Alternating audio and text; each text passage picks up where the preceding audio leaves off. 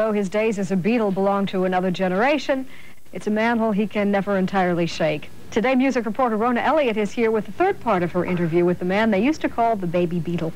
Good morning, Jane. It is hard to believe, but the official breakup of the Beatles was 16 years ago today. The legacy they left us, though, remains as strong and as magic as ever. Ringo, George, John. That's why I go for that rock and roll music.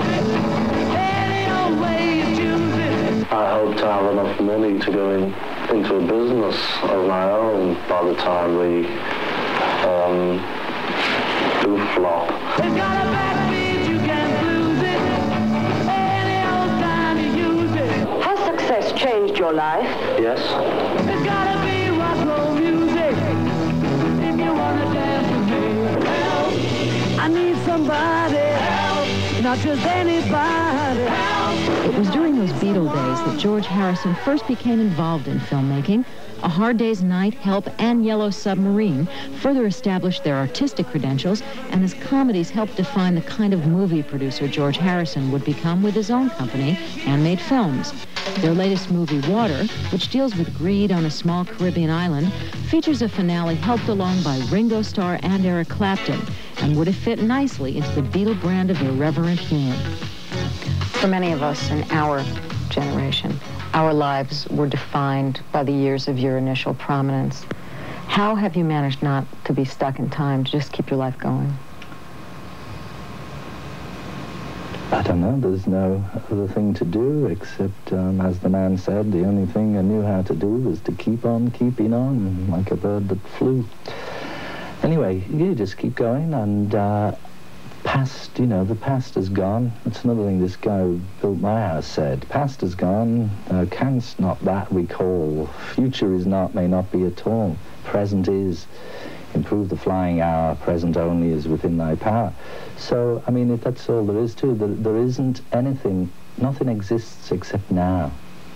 You know, the past is gone and the future doesn't exist until you get to it, and then it's the now. So you just have to be here now and do your best. There are a number of private schools in New York now that, alongside 16th century madrigals and Beethoven, they teach Beatles songs. Is that a tremendous stature for you? Well, it's nice, but I mean, I think Beatles had its part and has its part in life, just as everybody else does. I don't think the Beatles was that big a thing, you know, it was good, it was okay, but, you know, maybe being in them, I saw it differently. You know, I thought they wrote some nice tunes, and we made some nice records, and we had a laugh, and we tried to be as honest as possible, but, you know, I think if they're going to have Mozart and all them other people, might as well have the Beatles. In the better late than never department, just now, the Russians have put on sale A Hard Day's Night and A Taste of Honey, and 300,000 copies were sold immediately. Just well, who knows, another 20 years they may get out of Afghanistan.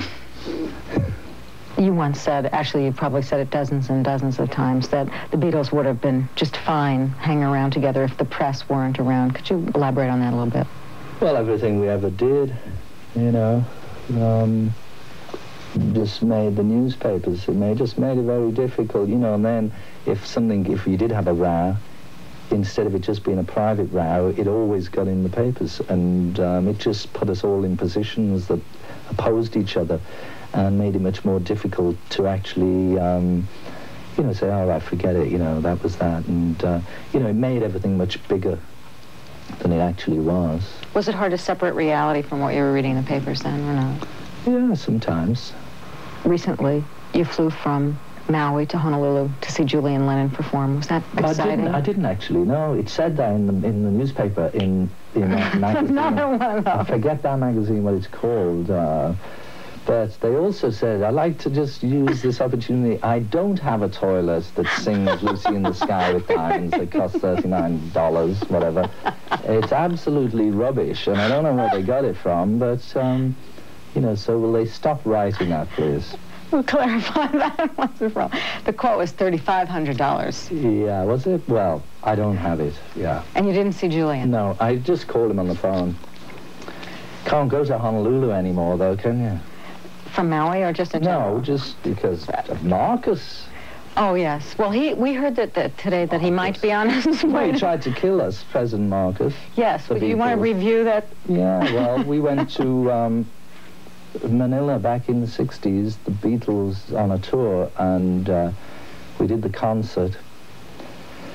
The next morning, we were in bed, and somebody knocked on our door of the hotel suite saying, "Come on, you're supposed to be at the Palace." And we said, "No, we're not. We weren't. We didn't have any engagement anywhere." But somebody had, you know, some smart guy had said, "Sure, I'll get the Beatles up to the Palace." And they said, "Turn on the TV." We turned the television on, and there it was, this big palace with lines of people, and the guy saying, "Well, they're still not here yet." And we watched ourselves not arrive at the Palace. But we were never supposed to be there. And so what they did was they said, "Beatles snub first family," which I'm glad we did. See, even in those days we had taste. And so consequently he set the mob on us and tried to beat us up, which they did. They beat up a lot of people with us and wouldn't let the airplane leave Manila until Epstein, our manager, had to get off the plane and give back the money we earned at the concert. So that's what I think of Marcus. Old twat he was. Tomorrow, in our final part of our interview, George Harrison talks about his music and what he sees for his future. So far, George has validated my own good taste, I should think. He's terrific. They were some good tunes. We'll be back after these messages.